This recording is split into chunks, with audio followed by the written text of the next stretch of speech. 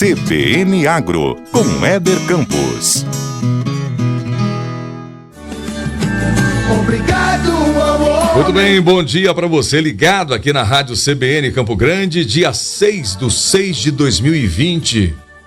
Esse número me pareceu um pouco cabalístico, né? 6/6/2020, sabe o que significa? Nada, né? Agora ontem sim, dia 5 de junho de 2020, nós comemoramos o Dia Mundial do Meio Ambiente. Esse foi um dia muito importante, na verdade, todos os dias são muito importantes para o meio ambiente. E esse é o tema do programa de hoje, é o assunto que vamos abordar aqui com os nossos entrevistados, meu amigo Fernando Garaio, colunista de meio ambiente da Rádio CBN. Bom dia. Bom dia, Éder. Prazer estar aqui falando para todos os ouvintes.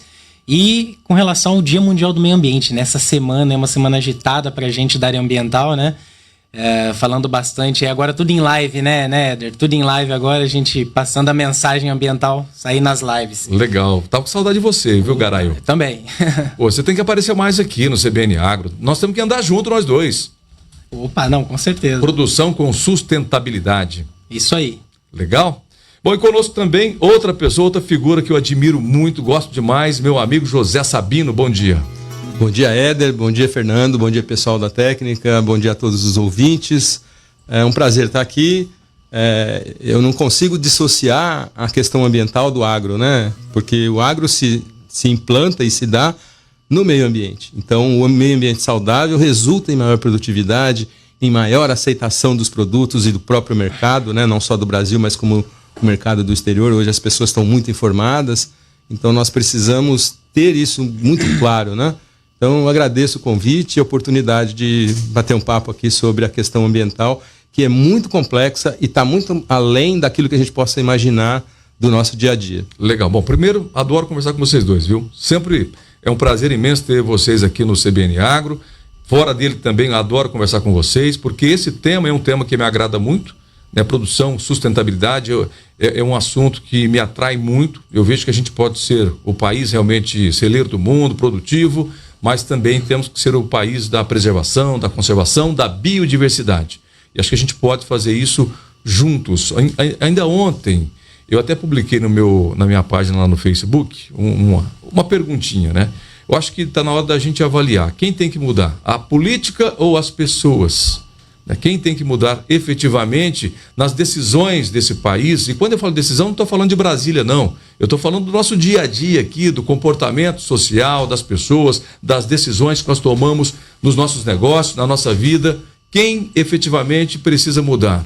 A política ou as pessoas? Eu replico essa pergunta para você hoje. Se você quiser participar conosco, pode mandar a sua mensagem via WhatsApp. Pode entrar agora ao vivo também pelo Facebook, assistir a transmissão do programa ao vivo pelo Facebook. Ali você pode enviar sua pergunta, sua participação, e a gente responde para você. Vamos lá então para as nossas mídias sociais. Inclusive eu estou atrasado hoje, demorei para abrir o meu Facebook aqui e compartilhar com os meus amigos. Vocês fiquem à vontade, Fernando Garaio, José Sabino, para compartilhar. E você que está assistindo, ouvindo CBN, corre lá, se você não abriu o Facebook ainda, abra lá, CBN Campo Grande 93.7, compartilha essa transmissão.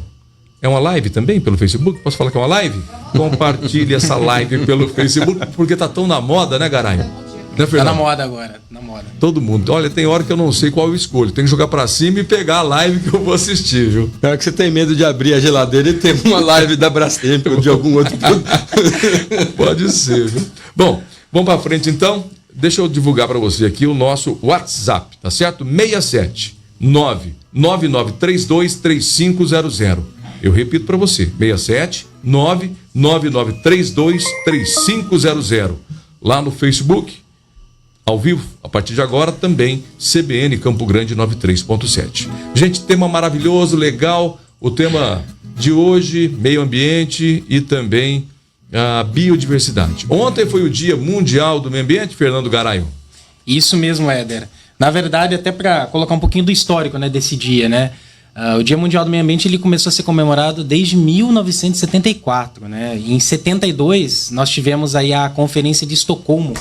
E na verdade, hoje quando nós vemos aí essas grandes reuniões com vários líderes mundiais discutindo o meio ambiente, na verdade isso surgiu em 72 nessa Conferência de Estocolmo. Foi a primeira reunião que realmente conseguiu ali reunir vários líderes mundiais para falar da temática ambiental, né? Então, a partir disso, a gente vem comemorando todo dia 5 de junho, né, o Dia Mundial do Meio Ambiente, para a gente refletir sobre as questões ambientais.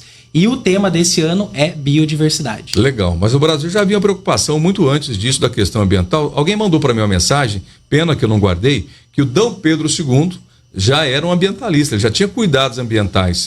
Ele comprou inclusive uma área no Rio de Janeiro, se eu não me engano, acho que hoje é a Barra da Tijuca, e ele comprou uma área ali, e essa área ele reverteu justamente para a preservação ambiental, né? Dom Pedro II já tinha essa visão de futuro do meio ambiente. A Floresta da Tijuca, ela já tinha sido desmatada no século XIX, né? Por volta de 1850, 1860, completamente desmatada, e o Dom Pedro tinha uma visão, Dom Pedro II, uma visão muito avançada para a época. Ele fomentou expedições científicas, ele era um entusiasta da fotografia. Era uma pessoa muito diferenciada das artes de um modo geral, exatamente. Nós tivemos líderes já no passado que já cuidavam das artes e tinham como um grande refúgio para as nossas mentes, com uma forma de estimular a criatividade e a reflexão, né? E o Dom Pedro foi, então, quem induziu o reflorestamento da Floresta da Tijuca, que hoje é um parque nacional onde está a estátua do Cristo Redentor. Maravilha. Aquela região toda já tinha sido depauperada para uso de madeira, principalmente, e ele, com uma visão muito à frente, acabou produzindo, então, um processo de recuperação ambiental. José Sabino, e esse é um tema, um assunto que dói muito na gente ainda, né? Desmatamento. Hoje eu vi uma outra notícia, antes de vir para cá, estava vendo que o Pará agora está batendo recorde de desmatamento. A gente tinha o Mato Grosso, né, nós tínhamos outros estados, mas agora o Pará parece que aumentou em 30% de desmatamento, o Pará. Éder, a gente tem uma legislação muito, muito clara de como usar a terra, né? O Brasil tem áreas agricultáveis e isso reflete na nossa grande produtividade, na nossa posição de liderança mundial. Ocorre que o problema não é o desmatamento dentro da legalidade. O que está acontecendo é a grilagem de terra e o avanço para cima da maior floresta tropical do planeta, que não precisa. No fundo, nós temos terra suficiente para produção sem avançar as áreas conservadas. E esse é um risco, então, que a gente expõe. O Brasil, aquele produtor que segue as regras, que está dentro da legalidade nas suas, que tem reserva legal, enfim, já fez toda a estrutura de reconhecimento e cadastramento das suas áreas, né? Ele paga por essa ilegalidade, porque, de certa forma, quando a gente tem essa ilegalidade acontecendo de forma desregrada na Amazônia, afeta negativamente a imagem do Brasil e, consequentemente, a gente perde mercado do agronegócio no exterior. Outro ponto, tá? Outra canelada do Brasil. Essa questão da imagem do Brasil no exterior por conta de legislações ou por conta de ações que mostram ou que venham mostrar que o Brasil é conservador. Mas eu acho que o problema maior do Brasil não é nem a legislação, é a dissonância que nós temos interna no Brasil nessa questão ambiental, né? Tem muita gente contra, muita gente a favor, muita gente que... Eu não sei entender direito essa situação no Brasil, porque é uma situação que eu acho que a gente não está falando a mesma língua, Fernando Garaio. Antes de você falar, guarda aí esse tema aí. Deixa eu mandar um abraço, porque tem muita gente aqui agora diz que está assistindo a gente. Mandar um abraço para o Ricardo Piveta, está lá em Cidrolândia. Abração, meu amigo Ricardo Piveta. Jamir Américo, Geraldo Zanlucci, bom dia, CBN Notícias. Um abração para você, Geraldo. Tiago Ferreira, meu irmão, meu amigo. Um abração para você, muito obrigado. Daqui a pouquinho eu mando mais abraço. Estou aqui, tem ótimo tema de hoje, bom trabalho, obrigado, Tiago. Vai ouvindo a gente aí, viu? Bom, e a gente daqui a pouquinho manda mais abraço. Vamos lá então? Você acha que nós, no Brasil, né, na questão ambiental, na questão meio ambiente, na questão, essa questão que a gente está abordando hoje, existe muita dissonância, Fernando? Com certeza, Éder. E por que elas existem? Eu acredito que a gente tem aí uma séria falha também de comunicação, né, entre o próprio governo, uma série de falhas de diálogo, tá? Eu vou pegar até como exemplo, né, a fatídica reunião ministerial, né? A gente sabe, né, que o nosso ministro, né, o ministro do Meio Ambiente, ele tem uma certa dificuldade de diálogo nesse setor ambiental. E quando a gente fala de meio ambiente, a gente sempre não pode, a gente sempre tem que colocar que existe uma certa questão emotiva, né? A gente sabe que tem aí, nós temos aí, sempre quando a gente fala de meio ambiente, sempre as emoções ficam aí à flor da pele, né?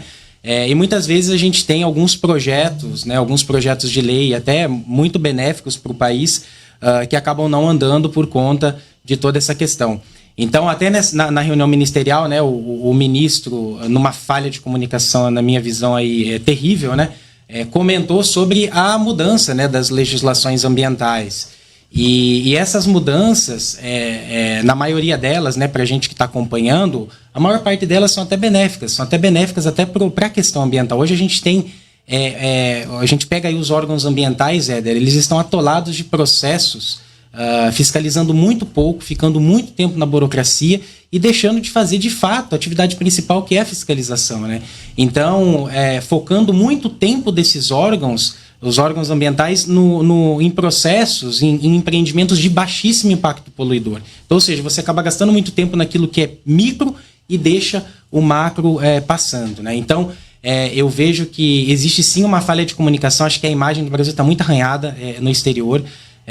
Principalmente, existe falha de comunicação, acho que de dois lados, né? Tanto de comunicação aí, do nosso ministério, de dialogar com essas entidades ambientais, de dialogar com os formadores de opinião, e também na venda das suas ideias, né? Eu acredito que se a gente pegar ali, tem muitos projetos de lei aí realmente são aberrações, né? A gente, o Sabino até comentou agora, né, dessa questão de anistia, né? A gente está falando aí daquela medida provisória da regularização das terras, né? Mais conhecida aí como MP da grilagem, né, Sabino?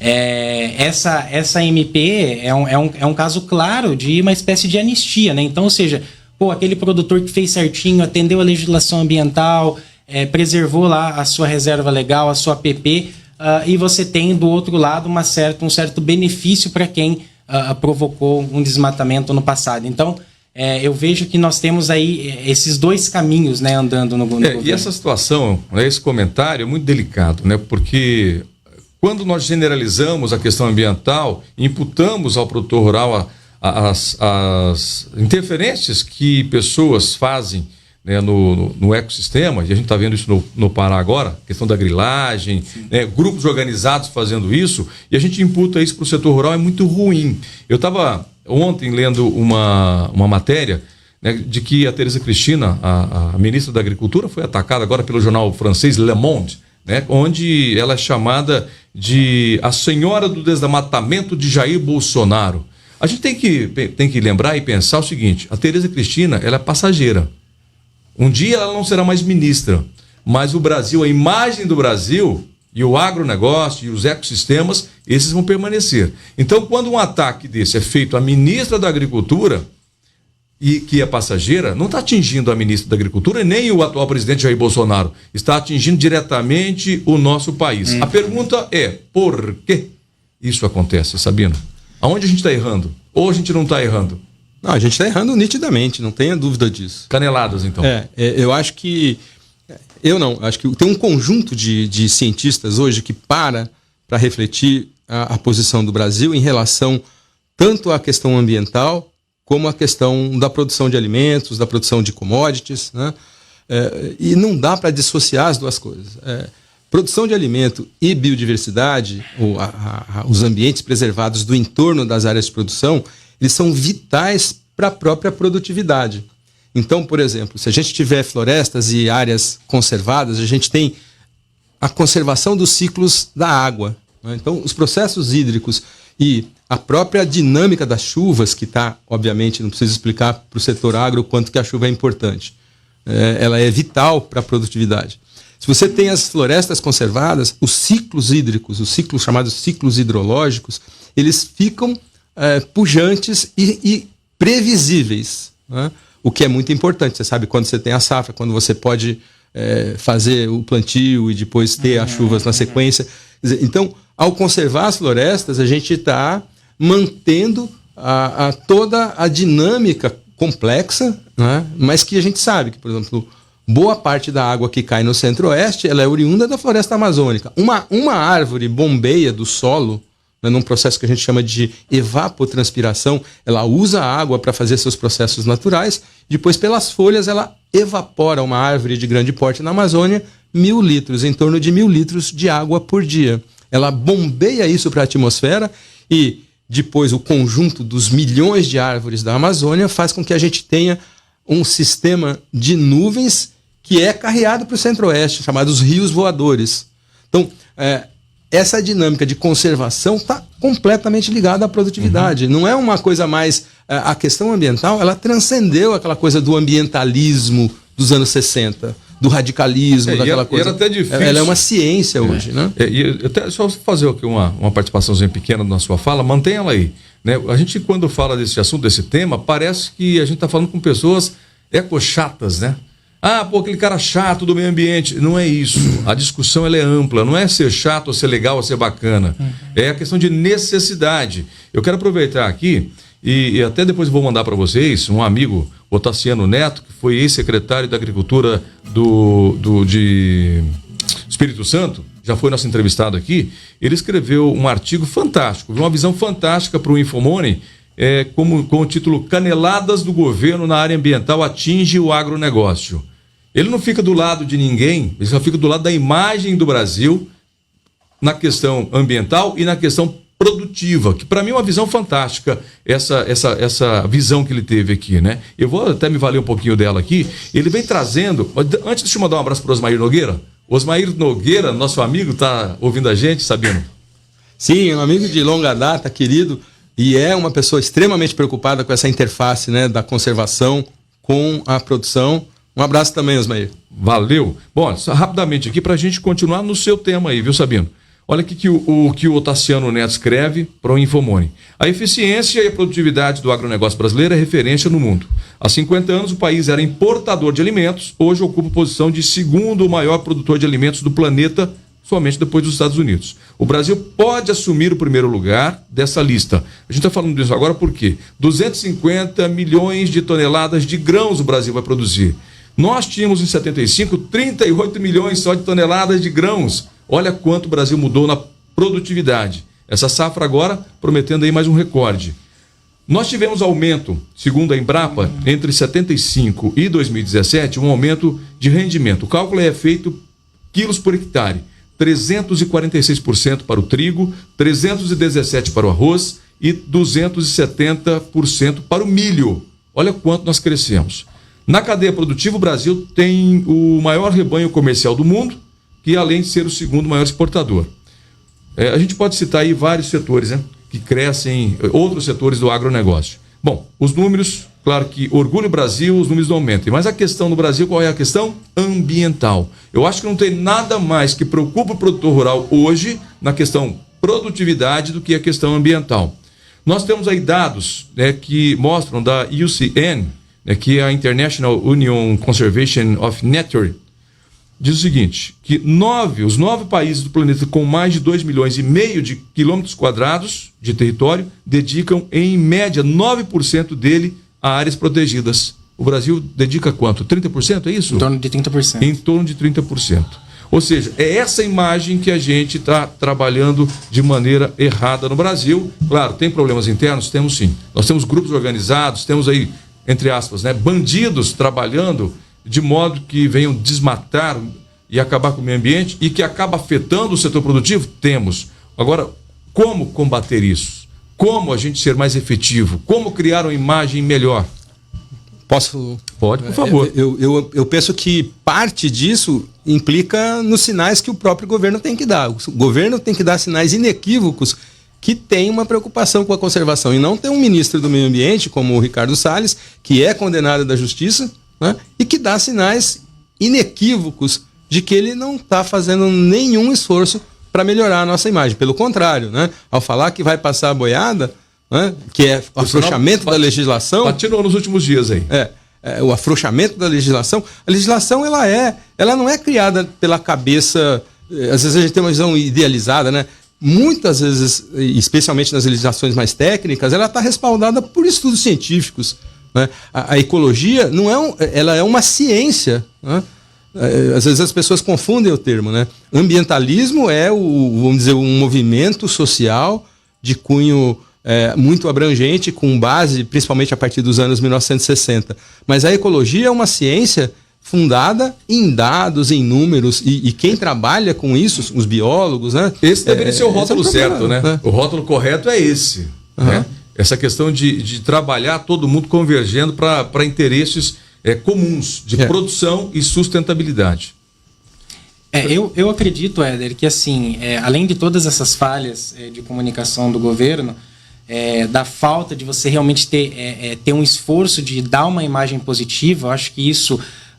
eu vejo assim, que tem muitas ações, muitas vezes o governo está patinando em algumas ações que nem de fato se concretizam efetivamente, mas que aquilo acaba explodindo na mídia lá fora, né? Então, o governo, sim, ele precisa dar sinais de preservação ambiental. Eu acho que o nosso arcabouço legal já está bem sedimentado, tá? Eu acredito que nós temos aí até a lei de crimes ambientais, que foi um grande avanço, mas a gente precisa dar esses sinais institucionais. Mas não adianta ter lei se não cumpre, Fernando, se não tem fiscalização. Exatamente. A gente vê isso aqui na cidade. Tem várias leis na cidade que a gente vê que o cidadão não cumpre. Por isso que eu falei, é hora de a gente avaliar quem tem que mudar, a política ou o cidadão, ou as pessoas. Quem tem que mudar nesse processo todo? Olha, eu acredito que são os dois, né? A gente tem aí, por quê? Como eu estava dizendo na minha fala anterior, hoje você tem os órgãos ambientais super abarrotados com pequenos empreendimentos. Eu vou te dar um belo exemplo, tá? Hoje, para você abrir uma oficina mecânica em Campo Grande, você vai demorar 391 dias em média para obter a sua licença ambiental. E aquele empreendimento que realmente causa um impacto? Então, se a gente tem uns órgãos abarrotados com pequenos empreendimentos, pequenos processos, e aquilo que realmente importa, que é a fiscalização. O que eu vejo, Éder? Hoje, a gente tem um arcabouço legal, a gente tem aí a própria lei de crimes ambientais que responsabiliza, no caso de um impacto ambiental efetivo, tanto o técnico que assinou o projeto, quanto o próprio empreendedor, só que a gente acaba não usando isso, né? Então, ou seja, hoje há muita insegurança jurídica, até pegando aqui para o lado do processo do licenciamento ambiental para esses novos empreendimentos. Os técnicos que emitem essas licenças, eles têm tanta insegurança que acabam exigindo muitos estudos, até estudos ambientais desses empreendedores, e isso acaba ocasionando num certa demora para você ter essas licenças, né? E aí o que acontece? Não sobra tempo para fiscalização. Essa é a mais pura realidade. Na minha visão, a gente precisa dar mais poder para o indivíduo tanto o empreendedor quanto o técnico que assina os projetos, os empreendimentos, seja do meio agro, seja do meio urbano. Meio urbano, né? A gente fala muito do agro, mas e a poluição do meio urbano? A gente tem 100 milhões de pessoas que não têm esgoto. Imagina todo esse esgoto todos os dias sendo colocado nos rios, no solo, sem tratamento.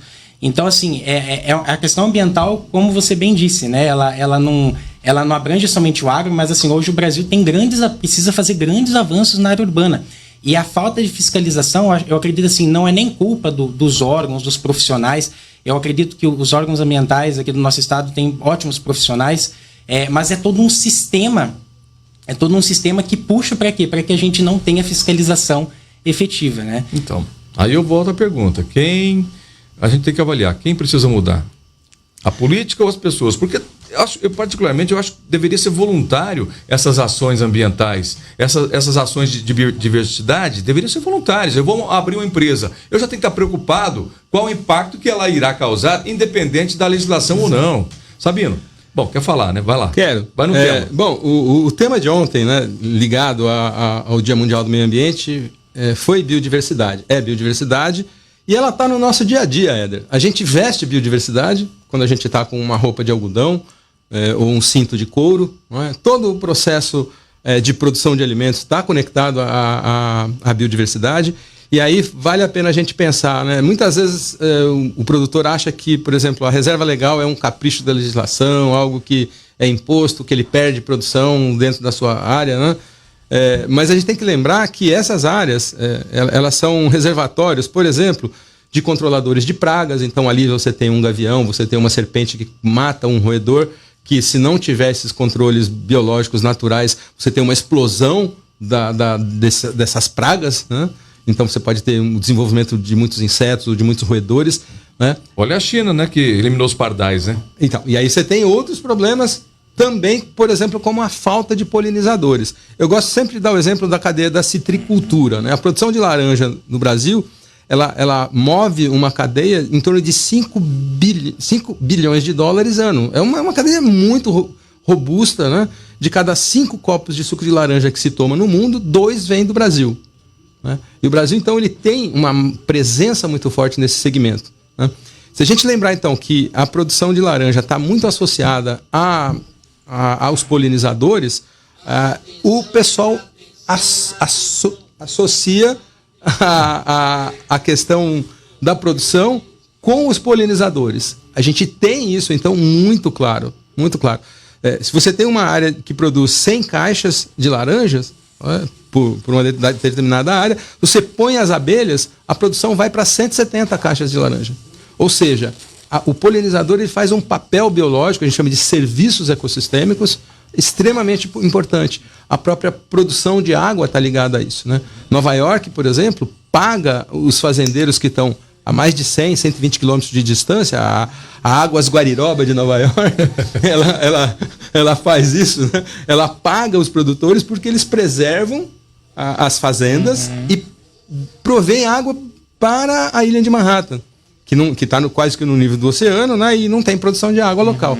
Então, assim, enxergar esses serviços ecossistêmicos como um ativo para o desenvolvimento e não como um empecilho. Sejam os polinizadores, que aumentam a produtividade da laranja, sejam os fazendeiros que cuidam das suas áreas de nascente para prover água para determinados lugares. Mas, às vezes eu fico perdido dos meus pensamentos. Outro dia eu estava em casa pensando qual é a função do mosquito, esse doméstico, né? Falei, gente, tanto mosquito aqui em casa, e matava um mosquito, matava o outro, eu parei de matar o mosquito e pensei, qual é a função do mosquito? Aí o Sabino fala o seguinte, que tudo tem sua função na biodiversidade. Eu fiquei pensando e fui pesquisar no Dr. Google qual é a função do mosquito, né? Desse mosquito doméstico. Já vou pensar nisso, Thaís? Eu procuro no Google qual é a função do mosquito. Né? Se você também não sabe qual é a função do mosquito, você pode responder pra gente, Sabino, qual é a função do mosquito? Na verdade, assim, a gente procura colocar sempre o homem como o centro do universo, né? Será que a gente tem o direito de ocupar? Nós somos uma dentre milhões de espécies que convivem no planeta. Será que a gente tem o direito de pensar que só a gente interessa? Será que nós temos o direito de ocupar todo o planeta em detrimento, seja dos mosquitos ou das baleias, por exemplo, né? Então, essa é uma reflexão importante. Nem tudo tem uma função específica para o homem, mas tem uma função natural dentro do seu espaço. Com certeza. Bom, a função do mosquito, né? A gente vai falar dela. Vai falar daqui a pouquinho? Deixa que tem então vamos fazer suspense, tá bom? Qual a função do mosquito na biodiversidade? Né? Outro que me incomoda é o pernilongo, Fernando Garay. Qual a função do pernilongo? Não sei se... Nunca pensou sobre isso, Fernando Garay? Na verdade, não, Éder. Legal. Olha, faltando 30 segundos aí, vem o repórter CBN. Nós vamos ficar agora bem informados, antenados no que está acontecendo no Brasil e no mundo a partir desse momento com o repórter CBN. Depois volto com o Fernando Garaio e também com o José Sabino discutindo aqui o Dia Mundial do Meio Ambiente, o Dia Internacional comemorado ontem, dia 5 de junho. Mais 37 minutos, conectado aqui no nosso perfil do Facebook. Se você ainda não está conectado, está acompanhando, assistindo aí, ouvindo pelo rádio, mas se quiser ver ao vivo essa entrevista com o Fernando Garaio, nosso colunista de meio ambiente aqui da Rádio CBN, o José Sabino, ele que é biólogo da Uniderp, está lá ainda, né? Na Uniderp, né, Sabino? Há 20 anos. Só, né? Só 20 anos, discutindo esse tema tão importante que é meio ambiente e biodiversidade. Antes da gente continuar o assunto aqui, o Sabino trouxe um material aqui fantástico, prometeu para mim que vai mandar por PDF, eu quero ler esse material, faço questão. É uma plataforma, BPBES, Plataforma Brasileira de Biodiversidade e Serviços Ecossistêmicos. Bom, explica pra gente, eu estou vendo que você tem aqui um sumário para que fala sobre, e são vários assuntos, tem aqui sobre mel, tem aqui sobre, vai ajudando aí. Água, e esse outro aqui? Esse é um geral sobre os múltiplos valores da biodiversidade. Legal, hein? Quando a gente pensa em biodiversidade, muitas vezes as pessoas acham que é um assunto muito técnico, né? Mas, na verdade, o que a gente tem é a biodiversidade permeando o nosso dia a dia. Culturalmente, a gente tem a biodiversidade sendo fonte de inspiração por exemplo, para a cultura local. Então, várias festas, vários ativos não materiais estão ligados à biodiversidade, mas principalmente ela permeia a questão da produção, porque a gente depende dos ativos da natureza para a produtividade. Nós selecionamos 20, 30 espécies de plantas para serem a essência da nossa alimentação. No mundo todo você tem, óbvio, que algumas coisas que são regionalizadas, mas você tem também a importância das plantas locais sendo produzidas em uma escala muito importante, muito significativa, muito associada à qualidade do ambiente. Então, a qualidade e a variedade de alimentação está ligada aos ambientes saudáveis, né? Então, biodiversidade é alimento, biodiversidade é cultura, no sentido de ser fonte de inspiração, biodiversidade é lazer, porque é em torno da biodiversidade que a gente vai explorar, por exemplo, o ecoturismo de regiões como o Pantanal e Bonito. Legal. Então, nós temos, quando a gente fala de biodiversidade, não são só as espécies e as plantas, mas todos os serviços e eventualmente, os riscos que a biodiversidade entrega. Legal. Inclusive, você está aqui, né, nesse sumário de tomadores de decisões da Plataforma Brasileira de Biodiversidade e Serviços Ecossistêmicos. Você está aqui, o seu nome está aqui, ó, tem uma série de pessoas aqui. Do MS só tem você, não? Na plataforma, só eu. Legal, parabéns, viu? Obrigado. Legal. Como é que acessa ela, hein? Ela tem um site que é www.bbes.net.br.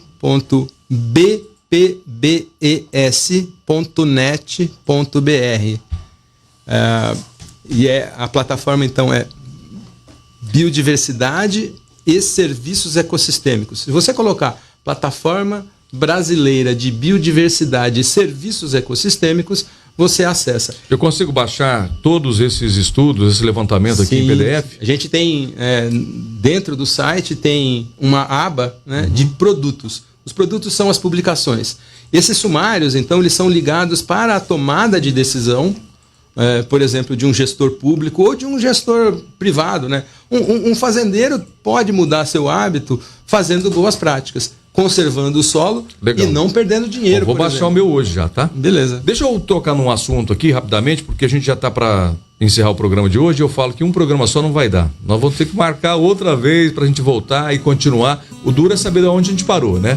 Mas vamos lá. Fernando Garay, questão ambiental, essa questão de biodiversidade. Quando nós falamos no tema, parece que a mente das pessoas já estão acostumadas a pensar em meio ambiente ligado ao campo, ao produtor rural. Mas nós temos também o meio urbano, e você tocou no tema aqui, a questão da participação do setor urbano no meio ambiente. Nós também, na cidade, somos poluidores. Com certeza, Éder. E quando a gente está falando do meio ambiente urbano, basicamente a gente está falando de saneamento, tá? Para quem não está muito familiarizado, saneamento ele abrange água, esgoto, resíduos sólidos e drenagem, né? Drenagem das águas pluviais. E o que acontece? Hoje no Brasil a gente tem aí indicadores, a gente tem situações de idade média em termos de saneamento no Brasil. A gente tem aí, Éder, em plena pandemia, 35 milhões de pessoas no país não têm acesso à água tratada. Então, como é que você vai falar para aquela pessoa que... 30 milhões? 35 milhões de pessoas no Brasil. Sem água tratada? Sem água tratada, não tem água encanada. Então, ou seja, aqui a gente vive num centro urbano, numa região que, vamos dizer assim, já está resolvida, né? Já tem o seu problema de saneamento resolvido.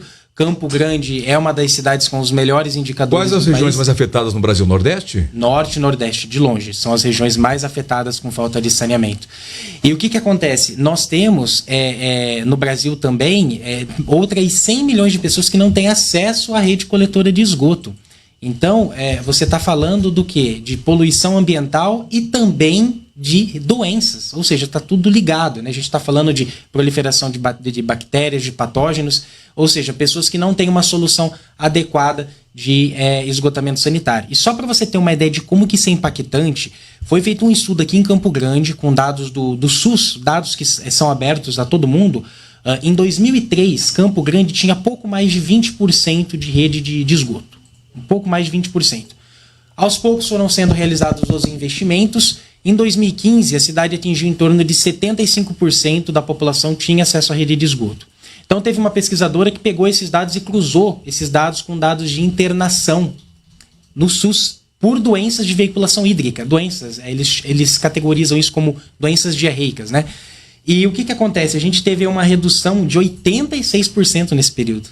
Então, Então, ou seja, é uma relação clara de que o saneamento, o esgoto, ele traz um benefício para a saúde das pessoas, né? Ainda mais no momento de pandemia que nós estamos vivendo.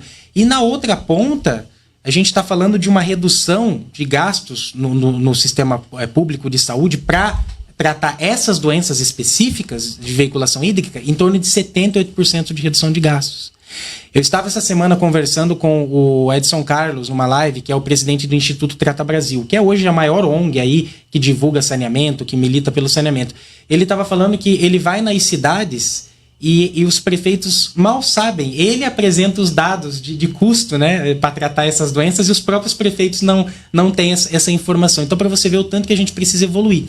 E nós temos aí na pauta, pouco antes da pandemia, nós tínhamos acabado de aprovar, né, o novo marco do saneamento, que, na minha visão, né, tem muito mais pontos positivos, né, apesar de estar sendo criticado por alguns setores, mas assim, ele vai atrair investimentos para esse setor, ele vai abrir o mercado de saneamento, só que parou. Como depois veio a pandemia, parou a análise da legislação, está no Senado.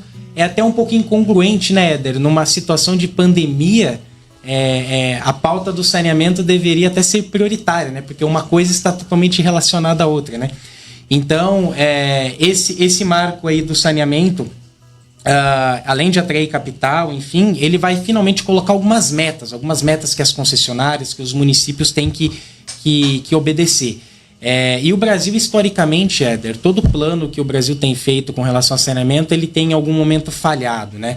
Mas isso se deve muito ao modelo que nós temos implantado hoje de saneamento. Então, esse novo marco, ele tende a abrir esse mercado para participação, tanto continuar a participação das empresas públicas, mas abrir também para as empresas privadas, para que a gente realmente tenha recursos para universalizar esse acesso. Olha, bom se o Paulo Cruz cedesse pra gente a 1 hora do programa que ele tem. Se ele cedesse pra gente a 1 hora do programa, ia ficar muito bom pra gente continuar aqui o CBN Agro, né? Paulo Cruz chegando aqui, rapaz. Ele tá vestido de boi hoje, olha aí, ó.